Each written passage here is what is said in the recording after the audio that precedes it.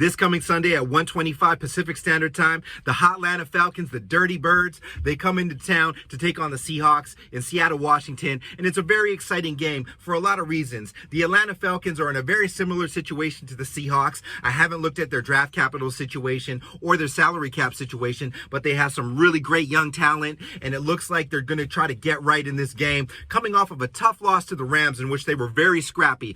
Atlanta has a lot of players I really like, specifically on the offensive side of the ball. Drake London is an exciting young receiver, looking good as a rookie over 2 games. And of course, Kyle Pitts, which looks like kind of a legendary tight end upside there in Kyle Pitts, a very big boy, kind of with the physicality of a DK Metcalf, but even bigger at the point of attack almost, but not as fast. So that's a very exciting thing for us. This game is going to be high flying. Both teams are going to be trying to get right early on this game on both sides of the ball. Now, as a Seahawks channel, I focus on what we have to do to win this game. I want Seattle to come out and establish the run. I know that Pete in his press conference was saying he was not going to handcuff Geno, and I do expect a lot more shots to DK throughout this game. AJ Terrell has struggled in coverage, so Metcalf or Tyler Lockett can expose that. I do believe that, but I do want to establish the run, because even if we do win this game, we're going to have to get that run game clicking moving forward, and I don't want it to be some sort of facade. So yes, let's get a different right guard out there. If Gabe Jackson cannot perform in the first quarter, we might want to sit him actually out of the gate if Jake Curran is feeling healthy, and get the run game going off of Abe Lucas, and on the other side Charles Cross, with both Ken Walker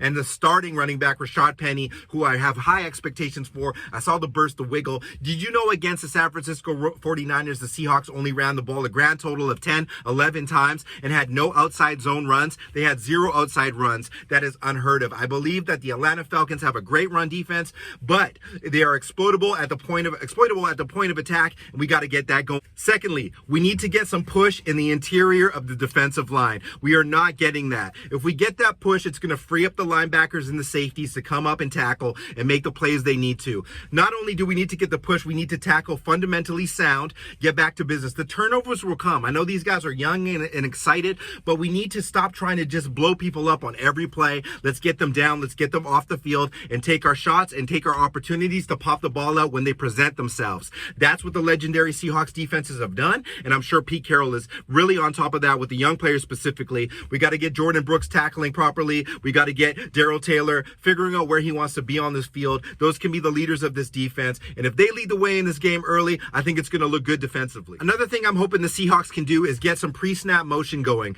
You know, like 80% of the league is running this stuff. The Seahawks have the players to threaten pre-snap, and we need to get back to that. The Waldron offense has some offensive play sets that would work really well with that. We've got to get the safeties' eyes moving. We've got to get the corners wondering what's going on, and we have to get linebackers and defensive ends moving around before the ball is snapped, so we can open up opportunities for our awesome players that we have on offense to exploit these guys. Whether that's D. Eskridge doing it, whether that's a running back, whether that's a tight end, we got to get them thinking of what's happening before the ball is released or snapped, because this is a chess match, and we're looking a little bit too vanilla over the first 2 weeks, and I do think that Pete alluded to it, that they're going to open things up, so I'm excited about that as well. And without going too much into X's and O's, as I know this game has a lot of explosive players, we have to do just that. We have to get some explosive plays. No, we don't have 55-yard bomb Russell Wilson, but Geno can throw the ball accurately at a good depth. We need to win the battle of the explosives, meaning I want to see DK Metcalf targeted 11 times. I said that before in my last video, 10 to 11 times,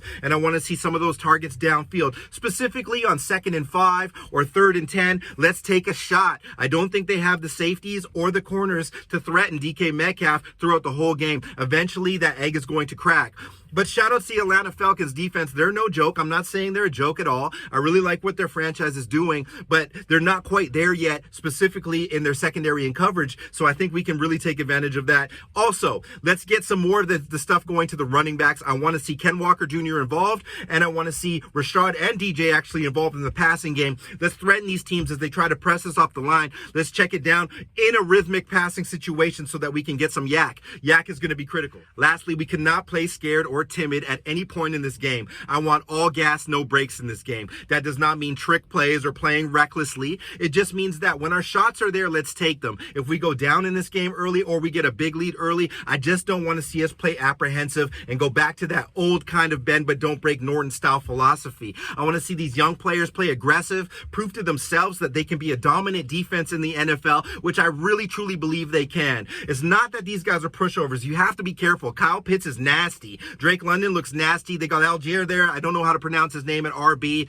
And, Mariota can really run boots and get out in the open as well. But this is the type of team that we can really put our mark on. And I think you guys know what I'm saying. Shout outs to Atlanta, the city of Atlanta, state of Georgia, all the people coming up there to Seattle to watch the game. You're going to have a great time. Let's welcome those people and let's get in on their tailgates because they got awesome barbecue. But tell me what you guys think are the keys to Seattle winning this game. I left a lot unsaid because I like to talk about some of that in the comments. But let's have a blast this weekend. And shout outs to everybody out there that supports the channel. Once again, go Hawks!